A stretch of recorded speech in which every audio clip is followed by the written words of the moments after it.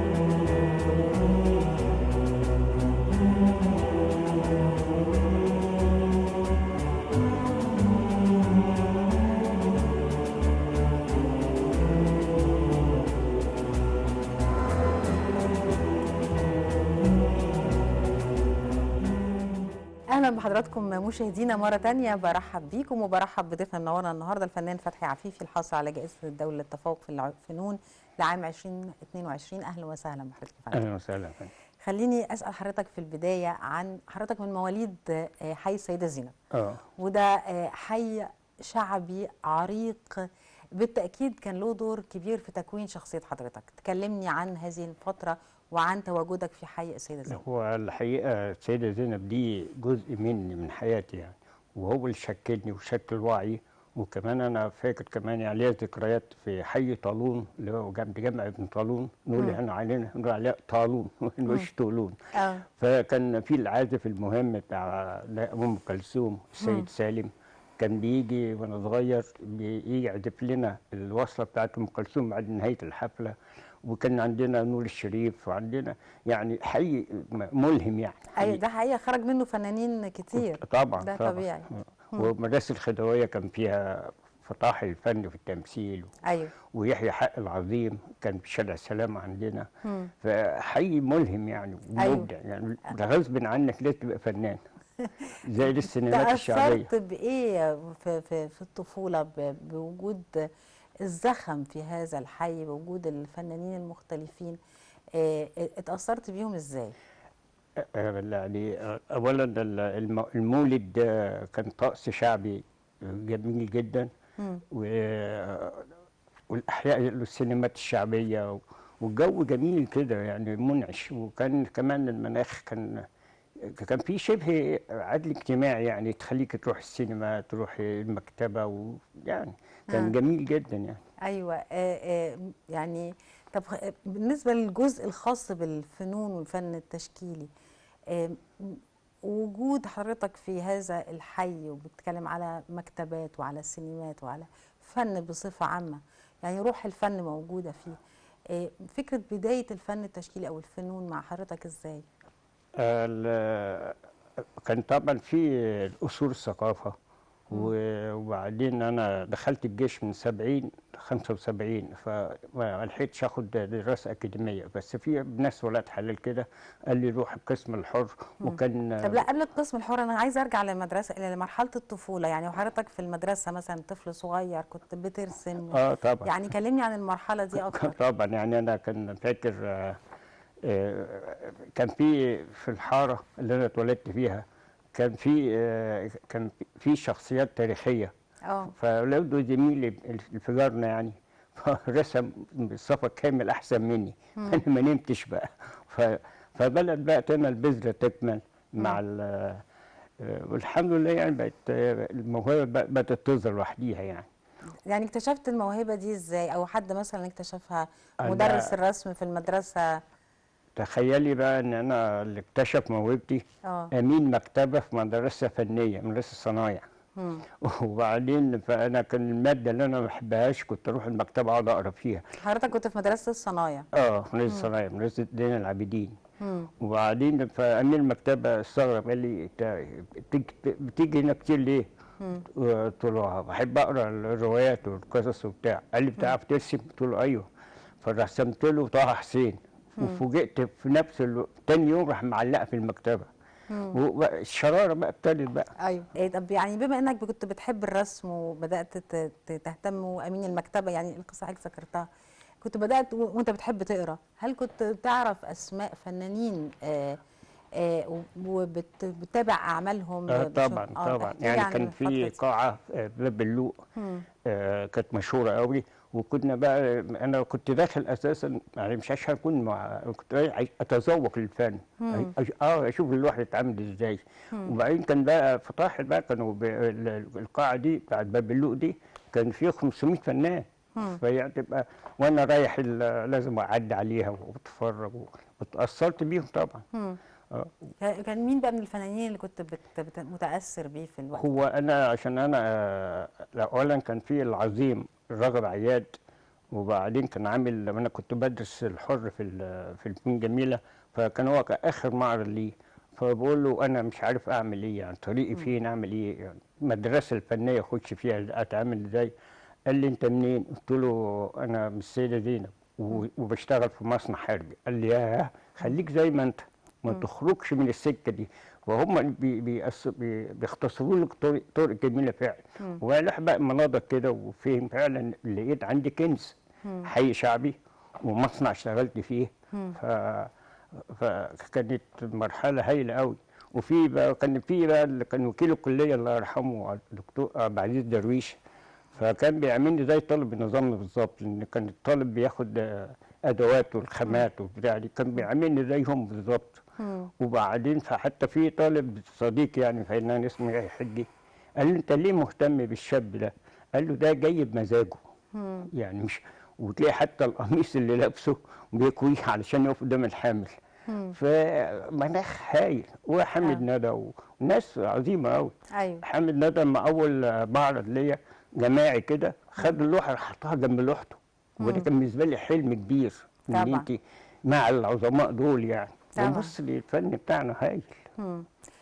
هرجع تاني واحنا صغيرين، وزي ما كنا بنتكلم عن انه الحي والمنطقه اللي اي انسان بيتولد فيها بتلعب دور وبتاثر بشكل كبير في تكوين شخصيته. البدايه بتبقى كمان من جوه البيت من الاب والام. تكلمني عن الوالد والوالده. غالبا ان كانت اسره عاديه جدا.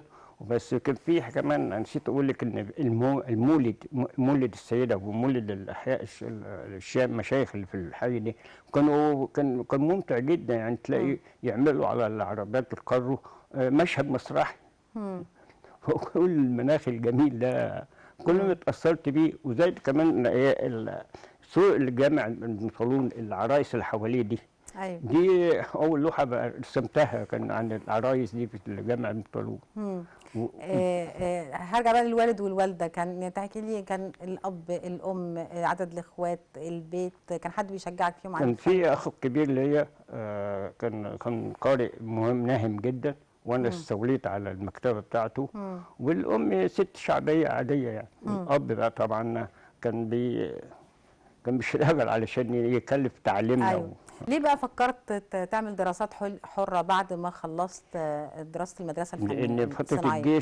فتره الجيش دي اخرتني شويه، فانا حبيت ابطها. وبعدين انا كنت داخل القسم الحر علشان استمتع بس ارسم ازاي، يعني الفنان ليه بتكوينه في اللوحه، الالوان واشوفوا الباليت وبتاع، والحلم بيكبر بقى. ايوه انا عايزه اوصل، يعني امتى قررت تعمل ده؟ حضرتك خلصت المدرسه الصنايع، دخلت الجيش، قعدت 5 سنين في الجيش، قررت ما طلعت بقى اشتغلت في المصنع ولا؟ لا، ما ده كان منبع الالهام بتاعي. اشتغلت في المصنع. اه طيب فين بقى، فين النقطة اللي قررت فيها انك تلتحق بكلية الفنون الجميلة قسم الدراسات الحرة؟ هو في ولاد حلال بقى قال لي ما انت عوضت ديت، الدراسه الاكاديميه عدت مني، فرحت عوضتها في الفنون الجميله في القسم الحر. وكانت مرحله هايله جدا، لان نسيت اقول لك كمان ان القسم الحر كان اعمار مختلفه وبيئات مختلفه. وكنا بنتقابل نروح يوم الجمعه نروح نرسم المتحف المصري والمتحف الزراعي، مع الكلام وبتاع. كنت انا اصغر واحد فيهم، كان عندي استيعاب من كلهم ثقافه عاليه جدا ورايحين بمزاج يعني. ايوه بمتعه. الفنون الجميله دي رايحين متعه بس. مين كان قدوة حضرتك في الفن التشكيلي؟ في كتير، كان في العظيم الفنان الاسكندراني محمد عويس، لانه كان برضك هو ليه لوحه مشهوره قوي، الخروج من المصنع. فانا برضك حسيت بجيره ان انا كنت جبت المصنع من جوه، من احشائه جوه بقى. وحتى انا عملت معرض في الاسكندريه عشان اشوف رايي. أيوة. ويحطني على الطريق، قال لي لا انت جبت من جوه المصنع، من جوه قوي، فخليك زي ما انت. واجهتك اي صعوبات استاذ فتحي لما دخلت الكليه الفنون الجميله؟ لا، كان بقول لك ما كانش في اي صعوبات خالص؟ ما فيش اي صعوبات. كان وكيل الكليه الفنان عبد العزيز زويش الله يرحمه، كان بيوفر لي برضك ادوات زي الطالب النظامي، ومبلغ زهيد قوي في السنه 6 جنيه. أيوة. يعني يا ريت. أيوة. يعني حضرتك كمان اشتهرت باسلوب كده مميز ومختلف فيه دمج الواقع المرئي مع فلسفه ابداعيه ورؤيه فنيه، ده كان ايه السبب؟ لان الكنز بقى في المصنع عندي. وبعدين كنت دايما اختار الوقت الورديات بالليل، وعشان بيبقى في حوار بينه وبين الآلة. وهو انا يعني في رايي ان التكنولوجيا مهما بتريح الانسان وتسهل له حياته، أيوة. لكن في نفس الوقت برضه بتاخد منه حاجات. يعني انا فاكر اول ما تعينت في المصنع قالوا لي انسى اسمك، انت رقمك كذا كذا، الرقم اهم من الاسم. وحوار بقى مع الآلة ومع في صراع كده. طب تحكي لي ايه الحوار كان شكله ايه اللي بينك وبين الآلة؟ اولا ممكن كان في يعني زميلي في المصنع بيجي له امراض مهنيه، ابص الاقي انه توفى، يعني في دراما. وانا عشان كده انا اشتهرت باللوحات الابيض والاسود بالذات، ان بتديني طاقه تعبيريه جدا في اللوحه، وفي نفس الوقت بيبقى مميز ليا يعني. وبعدين بقى اتاكدت بقى لما تمكنت من ادواتي، وبعدين ما دخلت اختاروني في جناح مصر في بناء القاهره الدولي. فلقيت بقى العين الاجنبيه لقطت الرساله اللي انا عايز اوصلها في اللوحه، وعشان كده اعطوني جائزه تحكيم اولى. فخلاص بقى اعترفت واللي مؤمن بيه اتحقق. فكانت جميله جدا يعني. وخصوصا العين الاجنبيه كانوا طبعا. طب احكي لي، يعني حضرتك كنت بتقول لي العامل بيتعرض لامراض مهنيه فبيموت، كنت بتصور الواقع ده ازاي؟ ببقى بصي، انا عندي لما ببقى في عين الطائر، انا اندمجت، او لما انا جوه المصنع ما اعرفش ارسم. يعني مش لكن لما بخرج من خدت 4 سنين متقطعه في تفرغ، ودي من جمال الدنيا يعني في مصر يعني. فبتبقى التفاصيل كلها بتختفي وتخش في المضمون على طول. أيوة. يعني انا وهو خارج العامل وهو خارج من المصنع عجله وراكب دراجه او بتاع، بحس بديله بطوله كامله، لكن هو قدام الاله يبقى عامل زي النمل قدامي كده. وطبعا مع المنظور والدراسه الهندسيه اللي أنا اخدتها في المدرسه، كل دي ساعدتني يعني. ايوه. بس ال- عيني الطاقه دي بتشوف الامور مسطحه احنا بعمقها. بنتكلم على انه انت عندك الموهبه بالاساس، الدراسه غيرت يعني اللي اتعلمته من الدراسه، ضافت للموهبه، ثقلتها. طبعا طبعا. وبعدين في عيون بتراقبك من فنانين ايوه. الكبار بتقول لك ازاي عليها. يعني ازاي حسيت نفسك، انت نفسك حسيت بالتغير؟ مع المناقشات مع زمايل الاعمار المختلفه وطبقات مختلفه، وفي نفس الوقت في عينين خبيره بتراقبك. لا انا حاجه مش فاهم قصدي، انا بتكلم على انه يعني في الرسمه نفسها انت حسيت انك اختلفت ازاي ما بين قبل ما تدخل الكليه ولما دخلت الكليه؟ مع الواقع عندي خصب فهو ده اللي كمل ملامحي. فده اللي اهم حاجه عندي. ايوه. وبعدين هم قالوا لي زي ما قلت لك العظيم راغب عياد قال لي خليك زي ما انت وما تخرجش من البتاع ده. يا ريتني انا عايش في البيئه اللي انت عايش فيها وشغال في نفس المصنع اللي انت كنت فيه. ايوه. حضرتك كمان كنت متاثر بالطبقه العامله، بالطبقه الكادحه، وحبيت تظهر ده اكتر في لوحاتك، ازاي عملت ده؟ ما طبعا إيه ببحث شديد جدا ومع الثقافه، وفي نفس الوقت يعني انا كنت تخيلت نفسي يعني مش هقول هرسم تعبير تجريد يعني، وبعدين انه عندي فلازم التعبيريه وقعت في حجري. فانا لقطتها وحضنتها والحمد لله وطورتها يعني. طورت ادائي. بت بت بتنزل يعني بتتفرج زي ما بيقولوا كده من فوق، وبتخرج نفسك عشان تشوف المشاهد اللي هتقدر تصورها بعد كده كلوحات، ازاي بتعملها ده؟ ما انا انست الاله. انست الاله وعامل صراع بينه وبين العامل وبين الاله. فالصراع ده بيدي ديستورشن هايل جدا. التناقضيه دي هي اللي خلتني جايزه التحكيم الاولى في البناء على 80 دوله. فالاجنبي لقط دي. ايوه. وفي مصر بره طبعا في نقاد، كان في نقاد عظام الاستاذ حسين بكار، وكان عمل مقاله عني ان فنان البيئه. حضرتك قلت انا ابن ثقافه الرصيف. يعني ايه؟ اشرح لي الجمله دي. اطلع من السينما الاقي صوره ازبكيه، الاقي بتاع كتب، وفي نفس الوقت الحاجات بتبقى عينيك بتشوف القبح جمال وجمال قبح يعني. بتبقى يعني ايه؟ ازاي ممكن الانسان يشوف القبح جمال؟ انا فاكر مره الله رسمت ماسوره مجاري، ماسوره الصرف الصحي، وفوجئت كان واحد عايز يشتريها، قلت له فحد يشتري ليه؟ يعني الفنان بيبقى عينيه بين اليقظه وبين الحلم وبين الواقع. وبعدين حي السيده زينب طبعا رائع طبعا. هل حضرتك كمان يعني فكره الموهبه وبعدين بالدراسه خلتك تتنقل من مكان لمكان، تتفرج، تشوف، تستلهم من الواقع اللي حواليك لوحات فنية؟ طبعا طبعا. ازاي ده حصل؟ اللي هو طبعا التنقل بين الروايه والسينما والمسرح. وان انا جيلي عايش في مناخ فني هايل وغني جدا، فطبيعي لازم اكون اتطور والموهبه بقى بتثقلها مع حاجات كتيره يعني. الحمد لله. الحمد لله.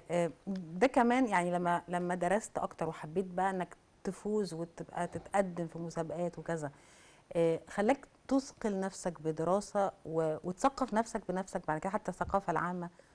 طبعا الفنان من هتطور ازاي؟ فنان من غير مثقف من غير روايه. وبعدين انا بحب قوي اقعد مع الشعراء والروائيين. ويعني نادرا ما اقعد مع فنان تشكيلي زي، لان كل الحاجات كلها بتكمل بعضها.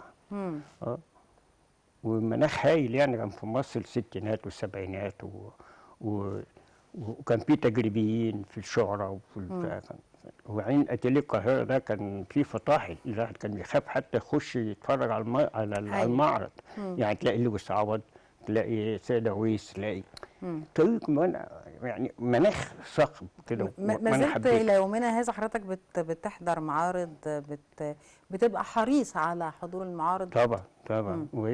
وده اشار ليها العظيم حسين بكار، ان هو قال تردده على المعارض وشوف التجارب والمدارس مم. فيها دي طبعا ساعدتني كتير أوي. طبعا. وكمان فانا قلت ايه، طب انا كان معرض القومي او معرض قومي كنت مم. بترفض الاول، مم. والمعرض القومي فيه بتاع 570 فنان، فكنت بسال نفسي اسئله، طيب انا عايز اكون اتميز وسط ال 500 فنان دول. مم. ف...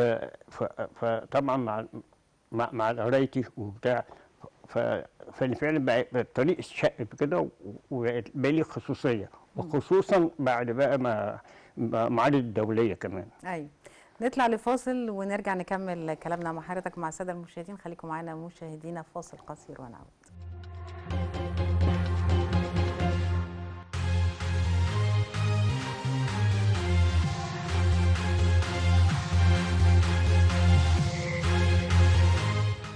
اهلا بحضراتكم مشاهدينا، برحب بيكم مره تانية، وما زلنا معكم في نجوم على لايف، ومنورنا الفنان فتحي عفيفي الحاصل على جائزه دوله التفوق في الفنون لعام 2022. اهلا وسهلا بحضرتك معانا مره تانية. في مرحله مهمه قوي لازم نتكلم عنها كمان، لان هي ايضا من المراحل اللي ظهر فيها الرسم وخدت فيها جائزه، هي مرحله الجيش من سنة 70 ل 75. أولا تحكي لي ذكرياتك عن هذه الفترة. 70 يعني قبل حرب 73. تحكي لي عن ذكرياتك قبل الحرب وفي وقت الحرب، واشتركت في الحرب أو لأ. وطبعا وجود بقى الفن في هذه المرحلة.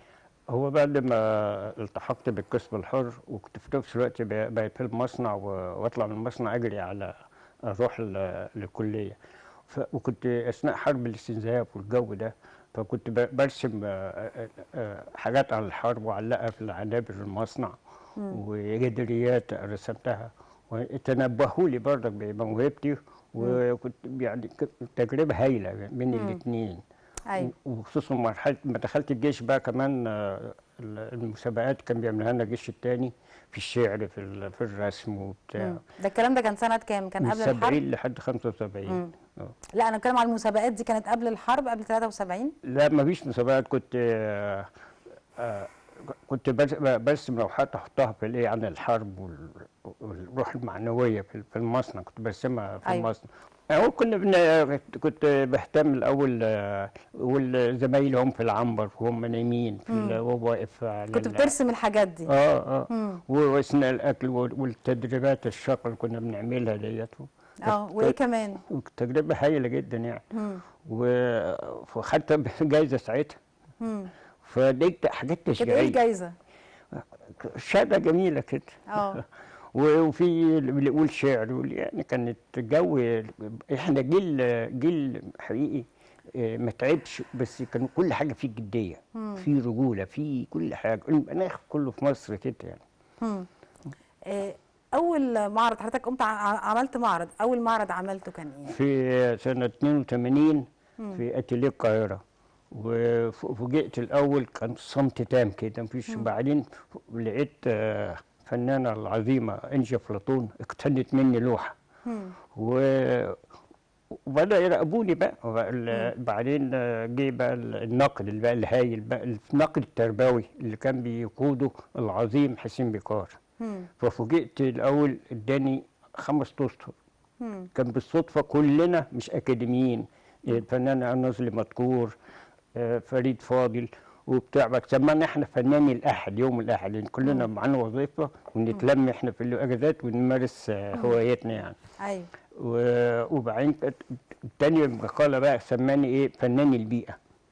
لان بدا بقى النضج عندي ظهر، وبدات ابص التميز طبعا وسط المعارض والتنافس كده يعني. ايوه الحمد لله. كانت رحله لذيذه قوي. ده اول معرض. واقتنت مني انجي افلاطون لوحه.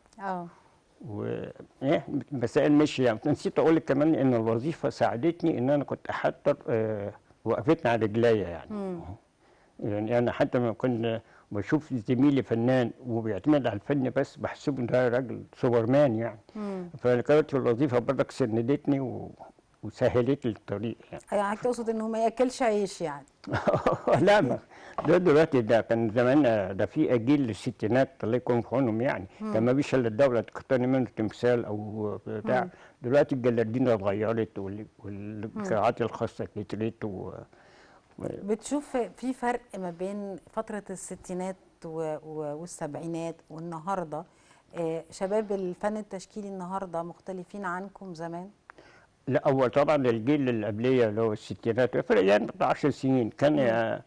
كان ما فيش الا الدوله بس هي اللي تقف معاهم تديهم أيوة. تفرغ وتقتني منه لوحه لا، أنا وبتاع. بتكلم كمان يا فندم على طبيعة الفن، على الريشة، على اللوحة، على الرسمة، على لا، كان في زخم وكل واحد يختار لي القدوه ليه يعني. في فنانين تقال يعني. أيوة. طب إيه الفرق ما بين دلوقتي وما بين زمان؟ دلوقتي طبعا احسن لان الاجيال طالعه، وبعدين في كل محافظه دلوقتي فنون جميله، كليات فنون جميله، واجيال طالعه بتسلم اجيال. وعلى فكره انا نسيت اقول لك ان انا كنت اول رحله وانا كنت هاوي في النمسا. فقالوا لي اتكلم عن الفن. قلت لهم احنا عندنا في مصر تحت كل حجر موهبه. كل منطقه فيها موهبه. أيوة. فأنا فوجئت كمان، الله ده احنا حلوين قوي. مصر بتخرجي منها وتقولها تاني تلاقي مصر كلها مواهب. ايوه حقيقي. حضرتك، احنا معانا طبعا مجموعه من اللوحات اللي يمكن هنشوفها مع حضرتك ومع الساده المشاهدين. عايزاك تشرح لي اللوحات، اختيارك للالوان الابيض واسود، اللوحه فكرتها بتيجي ازاي؟ ما هو بيبقى الموضوع الاول ان التعبيريه انت بتجري ورا هم انساني. وفي نفس الوقت هي بتكمل الواحد بتكمل نفسها.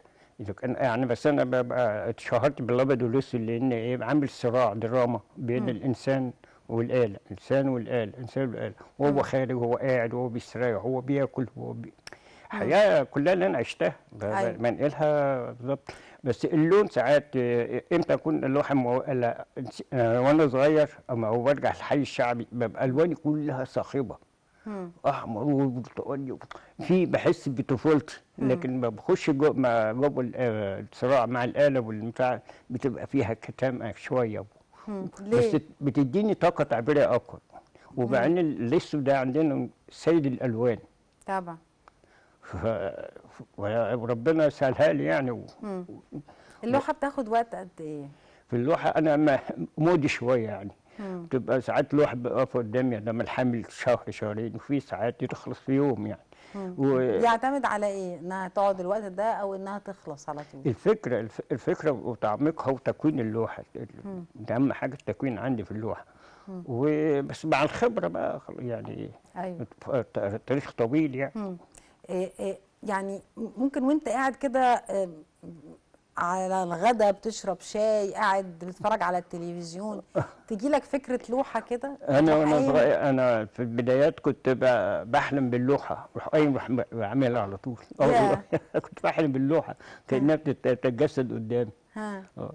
فتروح قايم عاملها. طب ودلوقتي بقى يعني بيجي لك الالهام ازاي؟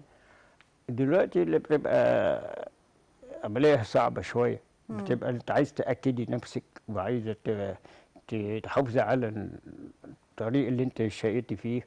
وبتبقى بس كان زمان في ساعات اوقات وانا صغير او في البدايه تقول اترسمت ازاي؟ اترسمت ازاي؟ ويبقى حوار بينك وبين اللوحه أيوة. والافكار وبتاع. وانت كمان انت طريقك تعبيريه مدرسه عايزه ثقافه عاليه وتقل. ايوه. هل ممكن تبتدي في لوحه وبعدين وخلاص يعني هي في خيالك، وبعدين وانت بترسمها تقرر انك تغيرها؟ ممكن ما تعجبنيش. يعني ما لو انا قلت مكتمله تبقى خلاص بقى هرسم بكره تاني ليه؟ واتنقل المحطه الثانيه ليه؟ لا بتبقى طبعا ساعات ما برضاش عنها، وساعات بعد فتره ارجع لها تاني، الله دي كويسه قوي، دي مكتمله وحلوه. بس الحوارات دي مع النفس دي بتبقى لذيذه قوي. ممكن تضيف عليها حاجه اللي ترجع لها بعد فتره وتضيف عليها حاجه ثانيه، تدخل فيها لون تطعمها بشكل مختلف. هو الموضوع والفكره هي اللي بتحدد لي الباليت اشتغل بيها ازاي. الفكره بقى بتيجي ازاي اصلا؟ من التجارب في الحياة والحي الشعبي والمصنع وده ايوه، لا عالم. ما انا فاهمه يا فندم الواقع، ما هو ده امر طبيعي، انا اه بتكلم على انه يعني ايه المثير اللي يحرك فيك الفكره. ال- بتبقى العين عيني وانا ماشي في الشارع بيبقى يقظة جدا، امم. وبعدين بتخزني المخزون ده يطلع امتى اه. ما تعرفش، الا بقى بيبقى على حسب الظروف حسب الوقت امم. مم. حضرتك أشرفت على قسم الفنون التشكيلية بالاتحاد العام آه، للعمال، وكمان على الديكور المسرحي بالبيت المسرحي لشباب العمال. كلمني بقى عن دي المحطتين دول. دي كانت كانت من اهم مراحل في حياتي يعني. مم. و- وبعدين وبعدين كمان ادوني فرصة ان انا رحت النمسا وعملت معرض وانا هاوي. مين اللي اداك الفرصة دي؟ هو الاتحاد العمال هو اللي انشا القسم ده. مم. وبعدين ساعدوني بقى وقلت لهم عملوا قسم الفنون التشكيليه مم. وعملنا مسرح عمالي. وكنت انا صديق عمري الله يرحمه كان معايا في المصنع. مم. وحلمنا انا هو الممثل عامل، مم. المؤلف عامل، وانا عملت الديكور مم. وكل حاجه يعني. مم. وكنا عايزين نحلم زي الثقافه الجماهيريه كمان. مم. بس يعني بقى يلا الحلم ما كملش، بس ما اعتقد يعني. استكملش. طيب احكي لي بقى، الحلم ما كملش لكن سفروك النمسا، اه ليه رحت. بقى؟ كان في وفد عمالي مم. ورحنا زرنا النمسا. مم. وكانت فرصة برضك ان انا احتك باوروبا. مم. وكان حظي الحلو كمان ان كان في الاوبرا فيينا كان فيها مسرح بولشوي كان مم. لسه. يعني كان مرحلة حلوة السفر يعني. طبعا، لا ما انا عايزه تفاصيل عنها اكتر كمان، ممكن تكون اصل اوروبا طبعا تتميز بانها فيها مناطق كتيره هي عباره عن لوحات طبيعيه من صنع طبعا ربنا طبعا. سبحانه وتعالى. النمسا تحديدا فيها كم من الحدائق والانهار وشكل البيوت حتى المصانع. فبتلهم اي فنان، الشاعر تلاقيه كتب شعر، الطبيعه نفسها، الخضره والالوان. والعظماء الموسيقى هناك طبعا. والباليه اه. وبعدين كان فاكر مرة خدونا رحلة في جبال الألب اه. ووسط بقى السيمفونيات حاولت الموزار. ترسم اي حاجه من دول، يعني تخرج من بره المصنع يعني ما لرسم لحقتش قوي، هو طبيعه؟ قعدنا أسبوع بسرعة يعني، بس أنا لحقت رسمت كده سكتشات انا كنت سريع. لسه هقول لحضرتك طبعا، يعني ابسط الحاجات سكتشات في كراسه، ولما ترجع تعملها. لما رجعت عملتها.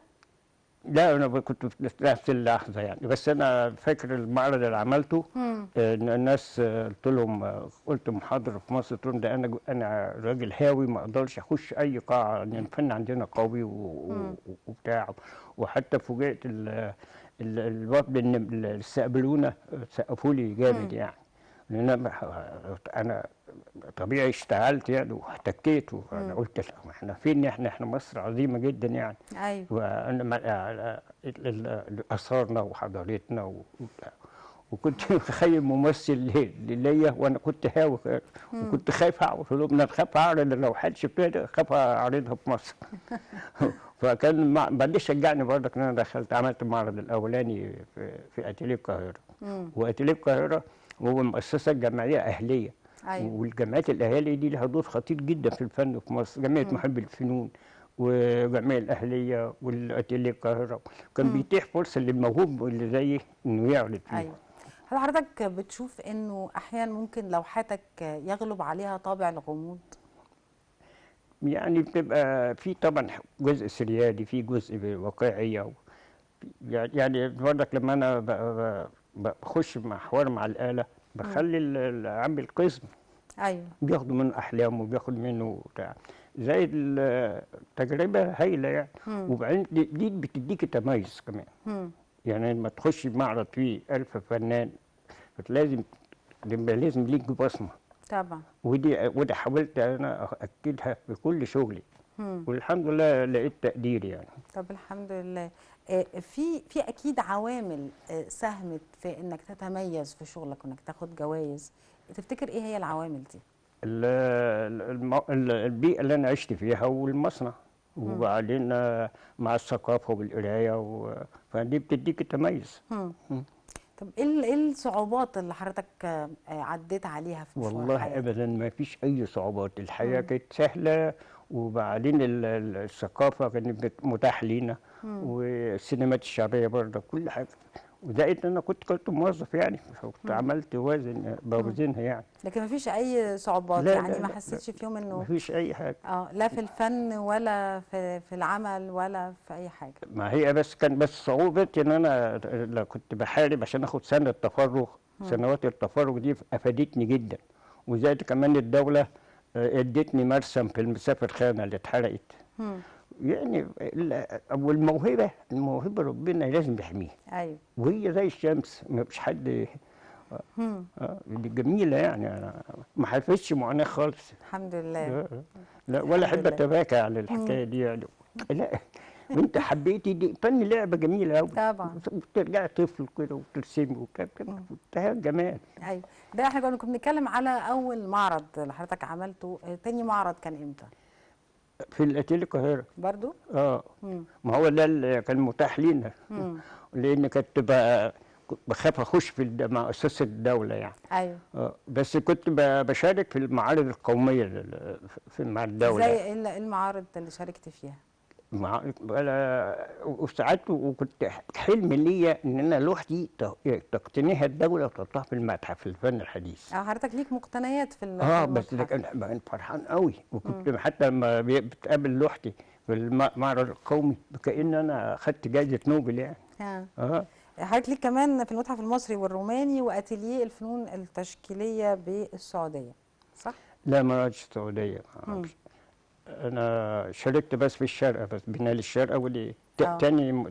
تاني لقاء دولي اشارك فيه مع مم. الدوله. طب ايه اول لقاء دولي حضرتك شاركت فيه؟ اللي هو بنالي القاهرة 97، اللي خدت فيه جائزة تحكيم أولى. مم. وبعدين جه بقى فوجئت إن أنا كنت ضيف شرف في بنالي في الشارقة، مم. وعلى 150 دولة. حلو. وفوجئت برضك بترحاب وتقدير ده جدا. كان امتى بنال الشرق؟ السنة دي، مم. من 16 كده. يعني وصلت لهذه المكانة ازاي، او انه هل انت بتطلب تشارك ولا حد بيجي يشوف لا، اللوحة هم يعني؟ هم اختاروني. اختاروك لأن على بعد عمر طويل من سنة 80 لحد دلوقتي برضك الواحد اسمه مم. اتعرف، والناس حبت اسلوبي في الشغل في ايوه. الفن يعني. مم. فانا فوجئت ان هم قالوا كانوا مستنيينك يعني. ها. قلت لهم شكرا، الف شكر. يعني هم اللي تواصلوا واتصلوا بحضرتك ايوه. وتواصلوا معاك اه وحددوا لك السفر. اه آه، آه، مدى إقبال الجمهور على ما دي لوحاتك كمان جميله. ودبي، أو يعني الشارقة عموما الإمارات مليانة جنسيات مختلفة. آه، 150 دوله كمان. بالظبط. فيعني ده كأنك سافرت كل الدول دي بوجودك بس هناك. كان الإقبال، آراء الناس اللي حضرت. انا فوجئت والله، جنسيات كتيره قوي بيقفوا منبهورين باللوحات. اه. وبيستقبلوني بحراره شديده جدا. مم. زائد ان الاميره هناك اسمها الاميره حور، مم. هي قالت لي احنا كنا مستنيين لوحاتك. ايوه. فاديتني طبعا طبعا. فخر ليا. طبعا. حضرتك اخدت لوحات ايه اللي عرضتها هناك؟ برضك البيئه اللي انا ما بخرجش منها، بس مم. دي عالم مثير وجميل. ولا عشان مختلفة ومتميز فيها مفيش حد غيرك بيلعب في واعتقد المنطقة دي كده زي ما بيقولوا اعتقد يعني؟ اعتقد كده يعني. مم. الحمد لله. ها. اه كانت لوحات جديدة عملتها مخصوص آه. لليوم ده؟ ما انت كل ما انا ما بتحتك وتتنافسي، انا بتقدم مم. غصب عني يعني. ايوه. اه وبعدين انا كسبان يعني. مم. وبطور التيمه اللي انا مؤمن بيها. كانت ايه شكل اللوحات دي؟ اغلبيتها صممت ان انا اعملها ابيض واسود، مساحات تمام. كبيره. مم. وبرضك الصراع بين الانسان والاله. مم. وهو يعني احكي لي لوحة كده ازاي شكل الصراع بين الانسان والآلة؟ هو الاله بالنسبه لي مأنسه يعني فيها روح انسانيه. مم. وكان انا بتحاور معاها مم. لوحدي بقى في ايوه. المرسم. لا العلاقه بين الاثنين مع الاجزاء، مع مم.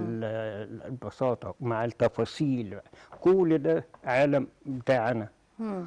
وطبعا مع الثقافه والقرايه ايوه يا فندم. والحكايه. بس حضرتك كمان انت رحت بكام لوحة؟ انا كنت عرضت 20 لوحه. طيب 20 لوحه وبتتكلم في تيمه معينه، ازاي تقدر تعمل اختلافات ما بين كل لوحه والتانيه؟ دي الصعوبه بقى، اه سهوله ازاي؟ وسهله في نفس طبعا الوقت. ازاي اتغلبت عليها؟ بسترجع بقى من الذاكره. زي ايه يعني؟ احكي لي لوحه يا فندم. والله مش فاكر. انا فاكر دايما وهو قاعد وبيقرا، هو ساعة التعب، ساعة الأكل، ساعة الجهد. النوم طب ما ده ما اختلفش كتير عن اللوحات اللي قبل كده. ما هي التيمة بتطور نفسها كمان. ايوه. حضرتك خدت عليها جايزه مش كده ولا؟ لا أنا كنت ضيف شرف. ضيف شرف. بره الجوائز. طب احكي لي بقى عن الجوائز. الجوائز اول جايزه حضرتك حصلت عليها كانت امتى؟ كان في اتحاد شباب العمال. كان في وزارة الشباب كانت بتعمل مسابقة، خدت جايزة تانية.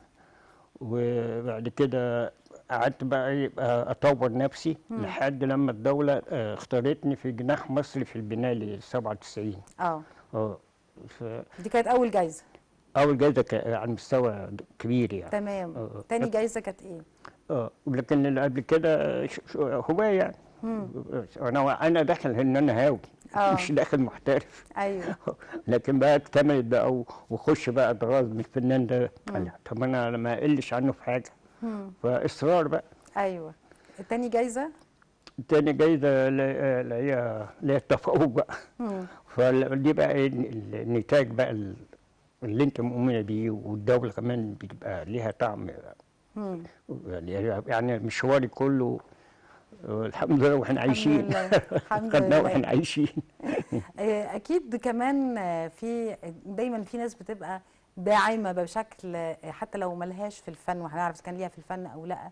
حضرتك راجل بتشتغل في مصنع، عندك كمان اعمالك الفنيه، يعني محتاج لدعم وهدوء من البيت. تكلمني بقى عن الاسره الصغيره. الاسره بقى لكم في عونهم.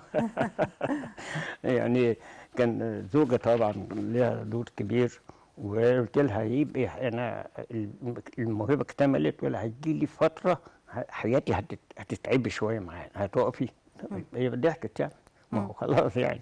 أيوة. وليها دور مهم يعني في حياتي. ايوه. وطبعا استوليت على العفش وبوظته وعنوانه. وهي تحملت كتير يعني. الحمد لله. الاولاد عندي سماحه خريجه حقوق عين شمس، ونجلاء الثانيه كانت خريجه تربيه فنيه. يعني في حد موهوب عنده ورث الموهبه يعني. اول الناس بيشوفوا شغلي. وزوجتي طبعا بتتقصص. بترسم؟ لا ست بيت عاديه. تقول الله حلو الاولاد دي، لا مش عارف ايه يعني برضه. بس عندها تذوق. طبعا. طب نجلة بقى اللي هي خريجة تربية فنية، شايف فيها من وهي صغيرة الموهبة، حاولت تنميها لها وهي صغيرة؟ لا والله فوجئت بيها، التنسيق جالها. وكان كمان الدكتور مصطفى الرزاز كان هو ساعتها عمل كلية تربية، كان بيرعاها يعني. ايوه. بس هي ما شكيتش الجواز بقى والاولاد. ما تحملتش يعني المعارض والحاجات دي، بس كانت متذوقه ليا. أنا بشكرك الفنان فتحي عفيفي الحاصل على جائزة الدولة للتفوق في الفنون لعام 2022. شكرا ليك. ألف شكر، وسعيد بالمقابلة الحلوة دي. وأنا كنت بس يعني ما كنتش ثقيل على الناس. لا يا يعني خبري، أهلا وسهلا. الله يخليك. مشاهدينا بشكركم على طيب المتابعة، وإلى اللقاء.